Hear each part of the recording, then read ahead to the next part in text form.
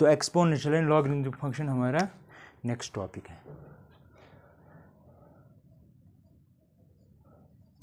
Exponential and logarithmic, आज मैं बताऊंगा आपको ये क्या होता है। देखो यहाँ पे एक्सपोनेंशियल फंक्शन क्या है। सबसे पहले मैं बताऊंगा कि कोई भी पॉलिनोमियल जिसका पावर n हो, फॉर एग्जांपल मैं कोई फंक्शन लूंगा यहाँ पे f ऑफ x, इसका पावर n है, क्या है n में लूंगा फॉर एग्जांपल कोई नेचुरल नंबर, ठीक है, जैसे 1 2 3 4 5 कुछ भी ले सकते हो आप n की जगह, ठीक है। तो यहाँ पे वेरी कर रहा है n, x भी वेरी कर रहा है। अब यहाँ पे देखो, अगर मैं आपसे ये कहूँ इसका ग्राफ ड्रा करो f of x equal to x, बोलो क्या है वो, शाबाश। इसका ग्राफ क्या आता है, x का ग्राफ, y इज इक्वल, इसका दूसरा नाम है y is equal to x का ग्राफ क्या है, पैराबोला कब आता है, जब 2 हो पावर 1 का क्या आता है, मानो चशे पाई पारुस से, बोलो जल्दी, स्ट्रेट लाइन। तो दैट मीन्स इसका ग्राफ जो आएगा वो आएगा एक स्ट्रेट लाइन ऐसी, ठीक है। तो that is your x, y is equal to x या f of x equal to x। मतलब आप ग्राफ इस पर कंसंट्रेट ही नहीं करते हो। अगर मैं लूँ n को 2 दूँ वैल्यू, तो आपको क्या आएगा f of x equal to, तो अब आप मुझे ये बताइए इसका ग्राफ क्या आता है, अपवर्ड पैराबोला। तो आप पैराबोला बनाएंगे ऐसे कुछ, फिर ऐसे करेंगे, तो that is y is equal to x square. अब मसला है सर आपने यहाँ पे 0 लिया, यहाँ पे तो ये 1 है, ये यहाँ तक तो ये ऊपर जा रहा था, ग्राफ ऊपर था, लेकिन इस पॉइंट के बाद x स्क्वायर का ग्राफ ऊपर चला गया। ये क्यों है, ये ऐसा क्यों हो रहा है, देखो क्यों। 0 और 1 के दरमियान कोई भी नंबर लो कोई भी नंबर, फॉर एग्जाम्पल 1/2 लेता हूँ मैं लेता हूँ x इक्वल टू 1/2, करो 1/2 इसमें सबस्टिट्यूट, क्योंकि 1/2 आएगा ना यहाँ पे कहीं पे। अगर आप यहाँ पे 1/2 देंगे, यहाँ पे 1/2 आएगा, क्योंकि ये जब आप x को 1 देते हो वैल्यू यहाँ पे, सॉरी यहाँ पे देंगे x को 1 वैल्यू, तो यहाँ पे 1 आएगा। अगर आप यहाँ पे 1 देंगे वैल्यू, यहाँ पे क्या आएगा 1 जब 1 ही आएगा। दिस इज द रीजन कि ये लाइन और ये लाइन यहाँ पे काट रहे हैं एक दूसरे को, कि दोनों का x इक्वल टू 1 पे सेम वैल्यू आता है। तो दिस इज द रीजन, जब x को 1 देते हैं वैल्यू, y का वैल्यू 1 आता है। कोई शक? अगर आप 1/2 देंगे यहां पे, तो 1/2, तो यहां पे क्या आएगा, यहां पे 1/2। अगर आप यहां पे देंगे तो क्या बनेगा 1/4। समझ रहे मेरी बात? तो यही वजह, अब ये बड़ा है कि ये बड़ा है, ये वाला बड़ा है। तो दैट मीन्स यहां से यहां तक अगर हम देखेंगे, हमने चेक भी किया कि 1/2 वैल्यू दिया, इसका वैल्यू ज्यादा आ रहा है ना, शक है कोई? इसका वैल्यू ज्यादा है, इसका कम आ रहा है। दिस इज द रीजन कि यहां से लेकर 1 तक एक्स स्क्वायर का ग्राफ नीचे आ रहा है और एक्स का वैल्यू ऊपर आ रहा है। अब अगर मैं आपसे ये कहूं कि आपके पास है एक्स रेज़ड पावर 4 या cube like that, x raised power 4, that means अगर आप यही 1 देंगे वैल्यू, क्या देंगे वैल्यू 1, तो यहां पे क्या आएगा वैल्यू 1 ही आएगा। तो दैट मीन्स 1 ग्राफ ऐसे बनेगा कि वैल्यू 1 पे फिर इसके साथ कोइंसाइड करेगा, इसके और इसके साथ। समझ आया कैसे? लेकिन अगर यही 1/2 मैं यहाँ पे दूँ तो क्या बनेगा f of 1/2, that is 1/2 raised power 4, that is 1/2 16। ये बड़ा है, ये बड़ा है कि ये बड़ा है, सबसे बड़ा ये है, उससे छोटा ये है, ये उससे छोटा है। तो इसका मतलब यह है कि x रेज़ पावर 4 का 0 से 1 तक ग्राफ इनसे भी छोटा होगा, ऐसे कुछ होगा, लेकिन इसके बाद बड़ा होगा। लेकिन ये जो इसके ब्रांच, ये जो ग्राफ में ड्रा कर रहा हूं सारे इस पॉइंट से जा रहे हैं, क्यों? क्योंकि 1 पे वैल्यू सबका 1 ही आता है, ठीक है, 1 पे वैल्यू सबका 1 ही आता है। अब मसला यह है कि अगर आप 2 देंगे वैल्यू, यहां पे 2 दो, क्या बनेगा? मैं 1 के बाद की बात कर रहा हूं, 1 के बाद की। अगर आप x को 2 देंगे तो 2 ही आएगा, अगर यहां पे देंगे 2 तो 4 बनेगा, लेकिन अगर यहां पे देंगे तो 16 बनेगा। सबसे बड़ा कौन बन रहा है? x रेज़ पावर 4 का। तो दैट मीन्स 1 के बाद थोड़ा बहुत ग्राफ बिट गलत हो रहा है, क्योंकि ये थोड़ा इस तरफ जाना चाहिए था। लेकिन मैं रफली दिखा रहा हूँ आपको, लेकिन मैथमेटिकली मैं प्रूव भी कर रहा हूँ कि कैसे है। देखो ये जब 2 देंगे वैल्यू, इसका इससे छोटा है, इसका इससे छोटा है, क्योंकि ये सबसे ऊपर है। अब ऑब्जर्व क्या कर रहे हो कि 1 के बाद जब आप x रेज़ड पावर n में वैल्यू दे रहे हैं, तो अगर आप x4 देखेंगे उसका वैल्यू हाईएस्ट आ रहा है, उसके बाद 2 का आ रहा है, उसके बाद x रेज़ पर 1 का वैल्यू आ रहा है। तो यही वजह है कि जब आप 1 के बाद जाते हो x4 का हाईएस्ट वैल्यू है, ठीक है। लेकिन अगर आप 1 से पहले आ रहे हो तो हाईएस्ट वैल्यू कौन बनता है, x।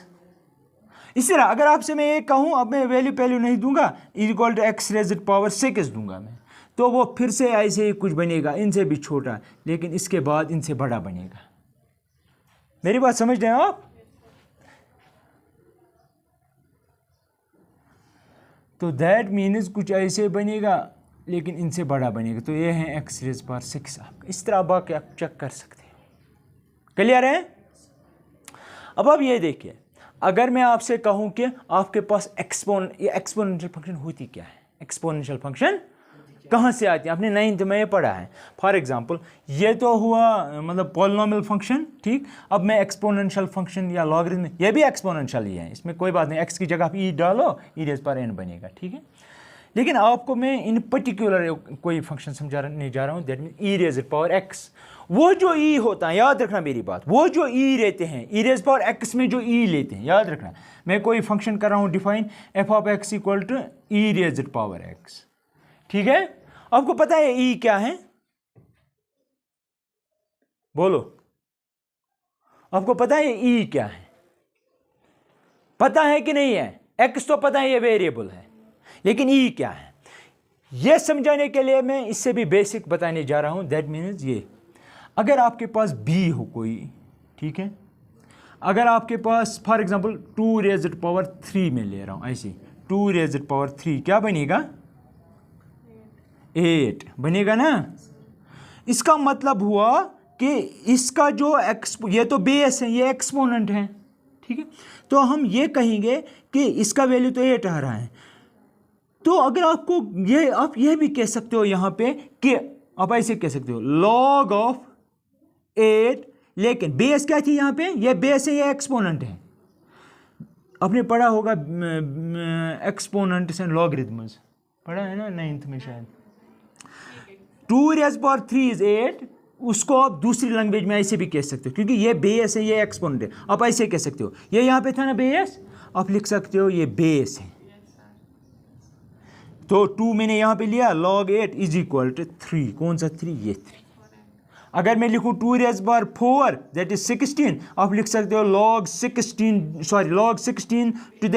To base only, to base, to the base नहीं, to base, log 16 to base 2 is equal to ये 4, और ये कौन सा 2 है, ये 2 है, ठीक है। इस तरह लॉगरिथम वजूद में आता है, कहाँ से, बेसिस एंड एक्सपोनेंट से। अब यहाँ पे देखो, अगर मैंने लिखा f of x equal to e raise power x, e raise power x, इसका मतलब हुआ ये e है क्या, आज तक आपने नहीं सोचा, लेकिन e का वैल्यू हमेशा होता है 2 और 3 के दरमियान, कोई ऐसा नंबर, लेकिन हमेशा याद रखना ये इरेशनल नंबर होता है। क्या होता है, और इसका वैल्यू 2 और अप्रॉक्सीमेटली हम कहते हैं 2.75, क्योंकि ये दिखता तो रेशनल है, क्योंकि मैंने इसकी बेड अप्रॉक्सीमेशन ली है, तो असल में ये नहीं है। क्योंकि अगर मैं ये कहूँ आपसे ये क्या है, आप कहेंगे ये रेशनल नंबर है, क्योंकि ये टर्मिनेटिंग है। लेकिन मैंने कहा E is irrational, that mean जो मैंने इसको, इसका मतलब हुआ ये अप्रॉक्सीमेटली इसके बराबर है, ये एग्जैक्टली नहीं है। अप्रॉक्सीमेट का मतलब हुआ अगर आपके पास 0.9 है तो आप कहेंगे अप्रॉक्सीमेटली 1 रुपये है। ये उसी तरह 2.75 के बदले मैंने ई लिया, लेकिन ये बेड अप्रॉक्सीमेशन है इसकी, असल में ये वैल्यू नहीं है इसका, क्योंकि ये तो रेशनल है, ये खुद ही रेशनल है, रेशनल इरेशनल के बराबर नहीं हो सकता है। तो दैट मीन्स जो भी e रेज़ पावर x में e होता है, उसका वैल्यू वो एक ऐसा इरेशनल नंबर होता है जो 2 और 3 के दरमियान होता है, लेकिन उसका हम अप्रॉक्सीमेटली लेते हैं वैल्यू 2.75। कोई शक? अब यहाँ पे देखो, आपको e रेज़ पावर x का ग्राफ पता है, कैसे है, शाबाश, कैसे होता है ई रेज़, तो आपको याद ही नहीं है कुछ, क्या कर रहे हो आप लोग, और मैंने 50 बार दिखाया है। यह है ई रेज़ पावर x का ग्राफ। एक बात याद रखना, क्योंकि इसका वैल्यू अगर फिक्स है, ऑफ एक्स को कोई भी नंबर दो वैल्यू, कोई भी नेगेटिव, पॉजिटिव, जीरो, कोई भी रियल नंबर वैल्यू दो, इसमें कोई प्रॉब्लम नहीं होगी। अब यहां पे भी ग्राफ में भी देखो, कोई प्रॉब्लम ही नहीं है किसी जगह। अगर आप एक्स को जीरो देंगे वैल्यू क्या बनेगा? That is 1। दैट मीन्स जब आपने एक्स को जीरो वैल्यू दिया, एक्स को जीरो वैल्यू है यहां पे, तो वैल्यू आ रहा है 1। तो ये वो पॉइंट है जब एक्स को जीरो देते हैं ये 1 बनता है। ठीक है, कोई शक? अच्छा, जरा कोई ऐसा वैल्यू दो यहां पे ताकि ये नेगेटिव बन सकता है कभी नेगेटिव। जरा दो, कोई -2 देंगे, क्या देंगे? तो that mean f of -2, that mean e raise power -2, that mean 1/e square. लेकिन e का वैल्यू क्या है? 2.75।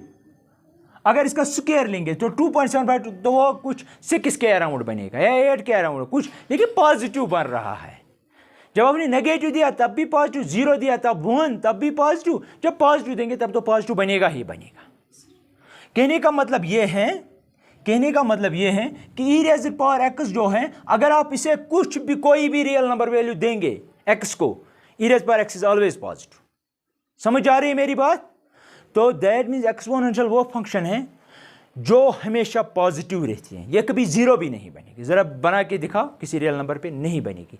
अगर ये जीरो बनती तब ये ग्राफ जो है e रेज़ पावर x का, ये x एक्सिस को टच करता, लेकिन ये टच ही नहीं कर रहा है।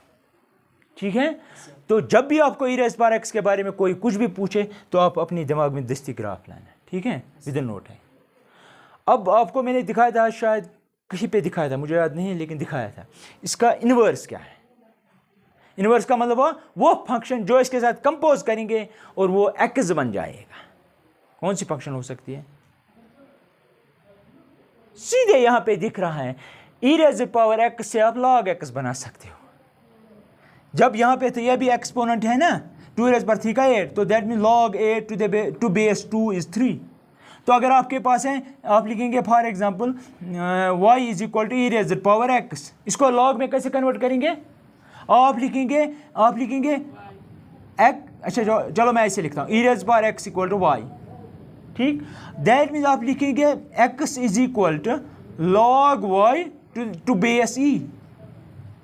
इसको आप, जब आपकी बेस e हो, इसे नेचुरल लॉग बोलते हैं, जो आप लॉन केमिस्ट्री में यूज करते हैं, लॉन। क्योंकि यहां पे बेस कुछ भी हो सकते हैं, जिस तरह यहां पे देखा 2 है।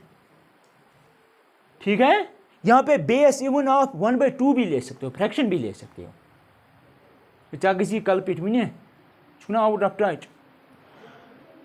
तो कहने का, लेकिन ये 9th का टॉपिक है। ठीक है, को जब आपकी लॉग की बेस ई हो उसको नेचुरल लॉग बोलते हैं। क्या बोलते हैं? ई है कि 10 है?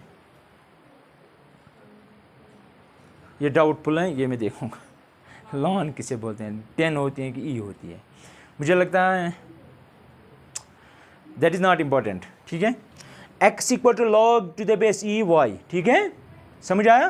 तो ये याद रखना, लॉग हमेशा इसका इनवर्स होता है e रेज़ पावर x का। ठीक है, अगर इसका मैंने आपको उस दिन बताया था इनवर्स का ग्राफ कैसे ड्रा करते हैं। यहां पे एक line y is equal to x, ठीक है, फिर यहां पे बोर्ड को काटना है, ये हिस्सा बोर्ड का यहां पे ड्रा करना है, तो आपका जो वो ऐसे पड़ेगा डेफिनेटली। तो अगर ये e रेज़ पावर x है, ये log x होगा। ठीक है, मेरी बात समझ रहे हैं आप? अगर e रेज़ पावर x ये है, ये log x होगा। ठीक है, ये बेसिक नॉलेज थी एक्सपोनेंशियल फंक्शंस की और लॉगरिथमिक फंक्शन की। अब इसका ग्राफ ड्रा कर सको, अब ये सब लिख सकते हो। अगर कहीं पे कुछ पूछना है तो आप पूछ सकते हो। ठीक है।